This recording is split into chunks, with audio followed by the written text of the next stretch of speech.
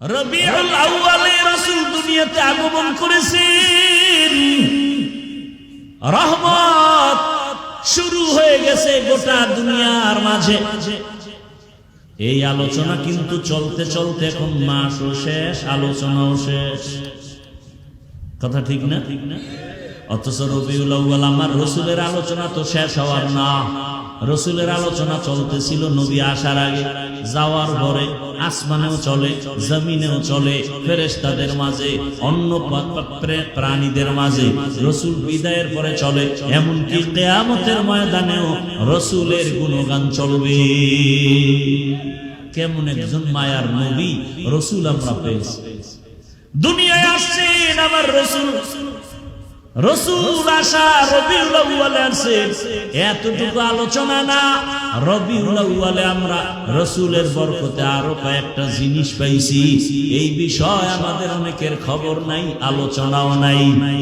রসুলের বরকতে আমরা 4টা জিনিস পাইছি রবিউল আউয়ালে। কয়টা জিনিস মনে রাখেন? আমি কিন্তু মোনাজাতটা দিয়ে দেই বয়ানের মাঝি, হঠাৎ করে হাত উঠায় ফেলি। কথা বুঝাইতে পারছি? আপনাদের ধৈর্য হারায় গেলে আমি হঠাৎ দেখবেন হাত উঠায় ফেলতেছি, তখন আর চিল্লাইলে কি আর হাত নামাবো? সম্ভব না। ডিস্টার্ব করেন না, অনুরোধ করছি। কথাগুলো শুনেন, কাজে লাগে। রসুলের বরকতে রবিউল আউয়াল আমরা কয়টা হাদিয়া পাইছি? 1 নম্বরে পেয়েছি বেলাদাত, দ্বিতীয় পেয়েছি রিসালাত রবিউল আউয়াল।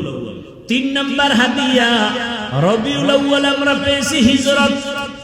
4 নম্বর রবিউল আউয়ালে হাদিয়া পেয়েছি আমরা ওয়াফাত। রবিউল আউয়ালে আমরা 4 হাদিয়া পেয়েছি, বেলাদাতুন নবী, রিসালাতুন নবী, হিজরতুন নবী, ওয়াফাতুন নবী। 4টা হাদিয়া পেয়েছি রবিউল আউয়ালে। খবর নাই, আলোচনাও নাই।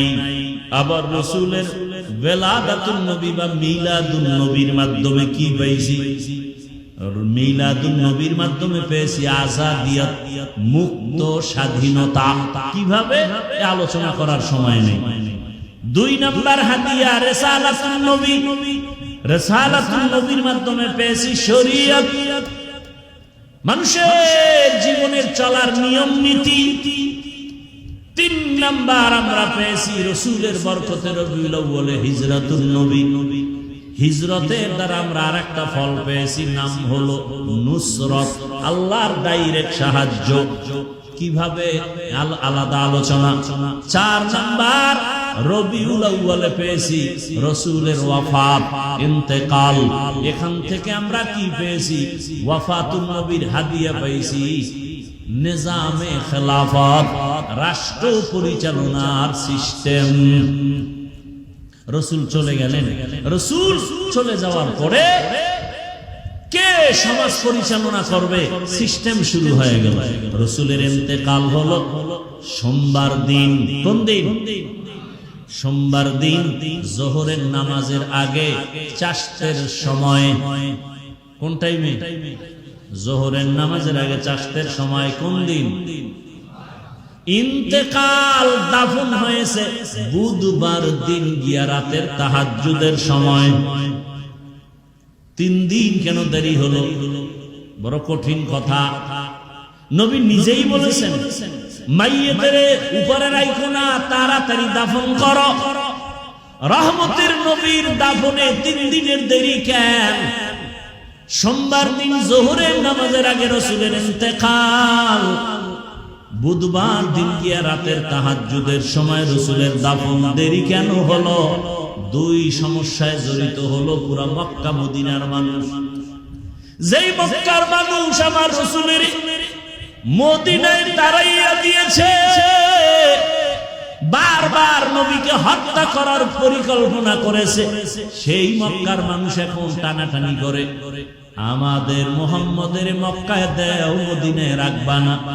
মদিনার আনসার সাহাবায়ে কেরাম বলে, জীবন যাবে রহমতের নবীর মক্কায় দিব না, কম জালান জ্বালাও না আমার রসুলের। তোরা রসুলের ঘুমাইতে দাও নাই, খানা খাইতে দাও নাই, রাস্তায় কাঁটা দিয়েছ, রসুলের বয়ান চলাকালীন সময় তোরা উল্টা পাল্টা চিৎকার দিছ যেন কেউ বয়ান শুনতে না পারে।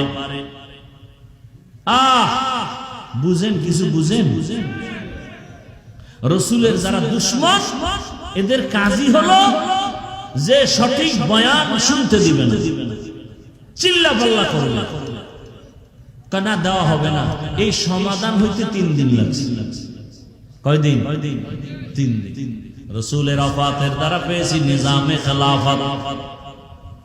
অনেক আলোচনা, রবিউল আউয়ালে মিলাদুন নবীর আলোচনা, রিসালাতুন নবীর আলোচনা, হিজরাতুন নবীর আলোচনা, ওয়াফাতুন নবীর আলোচনা, সারা বছর এগুলো নিয়ে যদি আয়াত আর হাদিস দিয়ে আলোচনা করা হয় দিনকাল শেষ হবে না। সংক্ষেপে 2-4টা কথা বলে যাই। রহমতের নবী আসছেন রহমত হইয়া, আসা মাত্র জমিনের মধ্যে রহমত শুরু হয়ে গেছে। কেমন রহমত? 1000 বছর প্রজ্বলিত আগুন জ্বলতেছিল, নিবে না, হঠাৎ নিবে গেছে। নবী এমন এক চরিত্রহীন সমাজে আছেন যেই সমাজের মানুষগুলো নারী আর পুরুষ উলঙ্গ হয়ে একসাথে বাইতুল্লাহ তাওয়াফ করে। কত খারাপ! রসুল আসার আগে সমাজের অবস্থা এত খারাপ, কন্যাদের পছন্দ করে না। কোন বাবার ঘরে যদি কন্যা মেয়ে আসে, সন্তান আসে, বাবা গলা টিপে মেরে ফেলে।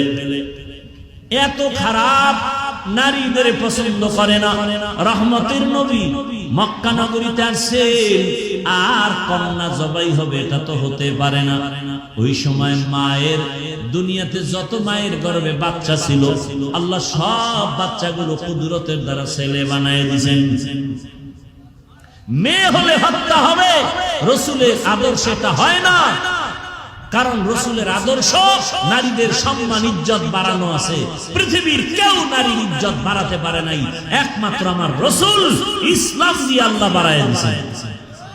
আর সব ধর্মে নারীর উপরে করেছে জুলুম, ইসলাম দিয়েছে নারীর অধিকার। ও পর্দার আড়ালের আম্মা জানেরা, কত সম্মান আপনাদের। আপনারা নবীদের মা, সাহাবায়ে কেরামের মা। এ জমিনে যত আলেম, যত হাফেজে কোরআন সবগুলোর মা আপনারা। আপনারা তো খাদিজা রাদিয়াল্লাহু আনহার মতো নারী, ফাতেমা রাদিয়াল্লাহু আনহার মতো নারী। ও আমার যুবক বাবারা, এতক্ষণ যে বয়ান করলাম ভালো করে বুঝছো রে যুবক। এতক্ষণ যে চিল্লাইয়া বয়ান করছি, একবারও কিন্তু বলি নাই সবাই টুপি পরো, জামা পরো, স্কুল কলেজ বাদ দিয়া কওমি মাদ্রাসায় যাও, তাবলিগে যাও, একটু সাক্ষী দাও বলছিনি? বলি নাই, কোনো ভয় নাই। বর্মানি হাফিজুর রহমান বলে গেলাম, ও কচুয়ার যুবক বাবারা, স্কুলে আসো, ধন্যবাদ দোয়া করে যাই। স্কুল ছাড়বি না, কলেজ ছাড়বি না, চাকরি যারা করো চাকরি ছাড়িও না, ব্যবসা করো।